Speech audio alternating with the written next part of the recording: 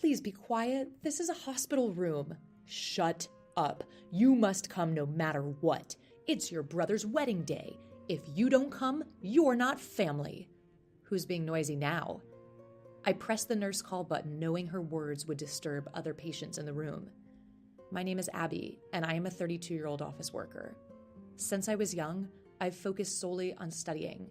In turn, I never experienced romance. It was the same throughout high school and college. I loved studying and devoted myself to academics. As a working adult, my focus shifted from studying to work, immersing myself in my job every day. During this time, I turned down several men who approached me because I wanted to prioritize my job. Eventually, men stopped asking me out. I didn't really care about it, but my sister scolded me for being in my 30s and never having a romantic relationship, so she forcibly set up a dinner date for me with a man. That's when I met Ryan. Ryan was a junior coworker at my sister's office, and he was someone she looked up to. This wasn't because he was good at his job, but because he was very honest, had a great personality, and was friendly, so everyone adored him. He was also known for his excellent cooking skills and made delicious meals quickly and easily during house parties with coworkers. My sister thought he would be perfect for me, a workaholic who neglected household chores, so she introduced us. When I actually met him, I understood what my sister meant. There was something about him that made me feel at ease. Surprisingly, he fell in love with me at first sight. I wondered why he was interested in someone like me, but he thought I was a cool and attractive woman and wanted to get to know me better. I am quite tall for a woman at 170 centimeters, and I always think about work, so people around me think that I am cool and shy. However, this can impact me negatively, as men seem to have high expectations of me. It can make me seem unattainable, as I heard from a female coworker. Seeing my blushing face from Ryan's confident approach, my sister smirked and said, "You two should meet again, just the two of you." She then encouraged us to exchange contact information. After that, we went on several dates and started our relationship. In just 6 months, we got married. Ryan was really good at household chores, from cooking to cleaning. I was terrible at anything other than work, and when I was living alone, my sister was amazed at how messy my place could get in just a few days.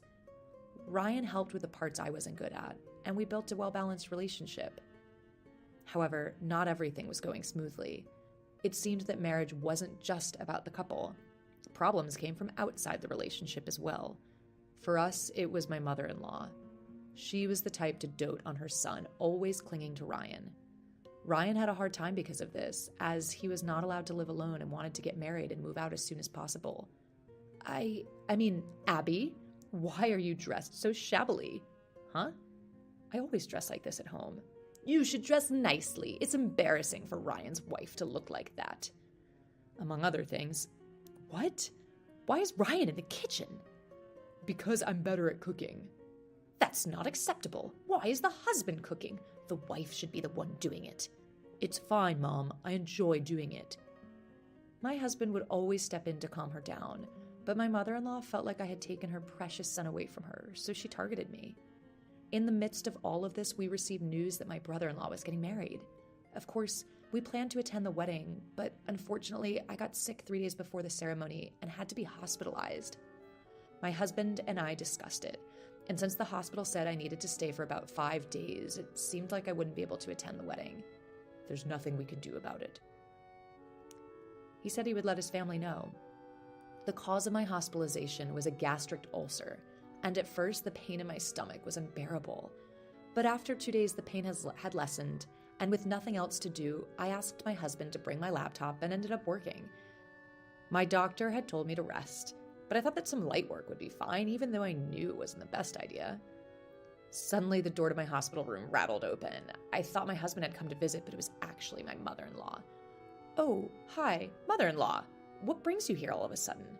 "I came to tell you the time of the wedding." Huh? I didn't understand. My husband should have informed her that I wouldn't be able to attend the ceremony.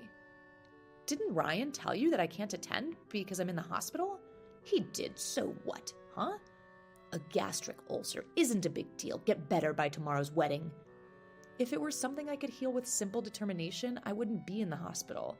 I'm still in pain, I'm not allowed to leave the hospital. "I don't care. It's unacceptable not to attend a family wedding. Please keep your voice down. This is a hospital room. Quiet. You must come no matter what. My precious son's wedding. Good grief, who's the loud one here? As much as I'd like to, I can't go in my current condition. You're working, aren't you? Stop lying. Well, I had a bit of a break, so... See, you can come, can't you? No, I can't, as I said anyway. If you don't attend a family wedding, you're not family. If you refuse to come to the wedding, divorce Ryan. What? It's only fair. Choose between getting a divorce or attending my son's wedding. What? What kind of nonsense are you talking about? I pressed the nurse call button because I didn't want to bother the other patients in the room. A nurse came quickly and took my mother-in-law outside. Seriously, what is she even talking about? Later, I received a message saying the wedding ceremony had gone well, and I was discharged from the hospital without any issues. When I got home, my husband and mother-in-law were waiting for me. The thing is, I hadn't told my husband about the exchange I had with my mother-in-law in the hospital room because I didn't want to worry him. And I guess my mother-in-law didn't tell him either. My husband warmly welcomed me. I'll make you anything you want today. But then my mother-in-law said, "Sit down, both of you. We need to talk." She made us sit down. My husband looked at his mother, not knowing what was going on. "You didn't come to the wedding ceremony after all. As promised, please divorce Ryan." She placed the divorce papers on the table. "What? Divorce? Why is this even a discussion?" "I'm sorry for keeping quiet. I didn't want to worry you before the wedding ceremony." I explained what had happened in the hospital room. "Are you serious?" He looked at his mother in disbelief. "I've never liked you. I'll be relieved once we cut ties with you. Hurry up and sign the divorce papers." I got angry and decided to fight back. "Fine, I'll sign." "What, Abby, what?" I signed the divorce papers and presented them to my husband. "Ryan, please choose. Either divorce me or cut ties with your mother." "What?" My mother-in-law laughed at my statement. "What are you talking about? Ryan is my son. He's going to choose me first, of course." I ignored my mother-in-law's remark and stared at my husband. Then my husband said, "I'd rather cut ties with my mother than divorce Abby." At this, my mother-in-law panicked. "Why, Ryan?" "I'm sick of your interference, Mom. You have no right to decide my divorce." "Oh, what?" My mother-in-law then lunged at me. How did you get to him?" "Excuse me?" "Why would Ryan choose someone like you who doesn't even do housework and just lives off him? You must be deceiving my son." We were dumbfounded by my mother-in-law's words. "Mom, actually, I'm the one being supported here." "What?" In fact, my husband had quit his job when we got married because he liked doing housework, and I had a really good income. Because I was a workaholic, I worked for a major company and was promoted at an unprecedented speed, becoming a section chief at my age. So my salary alone was more than enough to cover our living expenses. "But what about the money you send me?"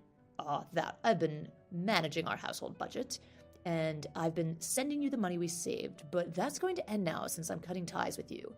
What? Then the mother-in-law changed her attitude, as if turning over a new leaf, and prostrated herself before me. I'm sorry. Please don't cut ties with me." She apologized to me many times, but it was already too late. "After all the bullying you've done until now, there's no way we can forgive you." "Exactly. If you understand, just leave." No way." And so we completely cut ties with my mother-in-law. By the way, it seems she did the same thing to her other sons and was shunned and cut off by them too. It's really either a lack of learning ability or just baffling.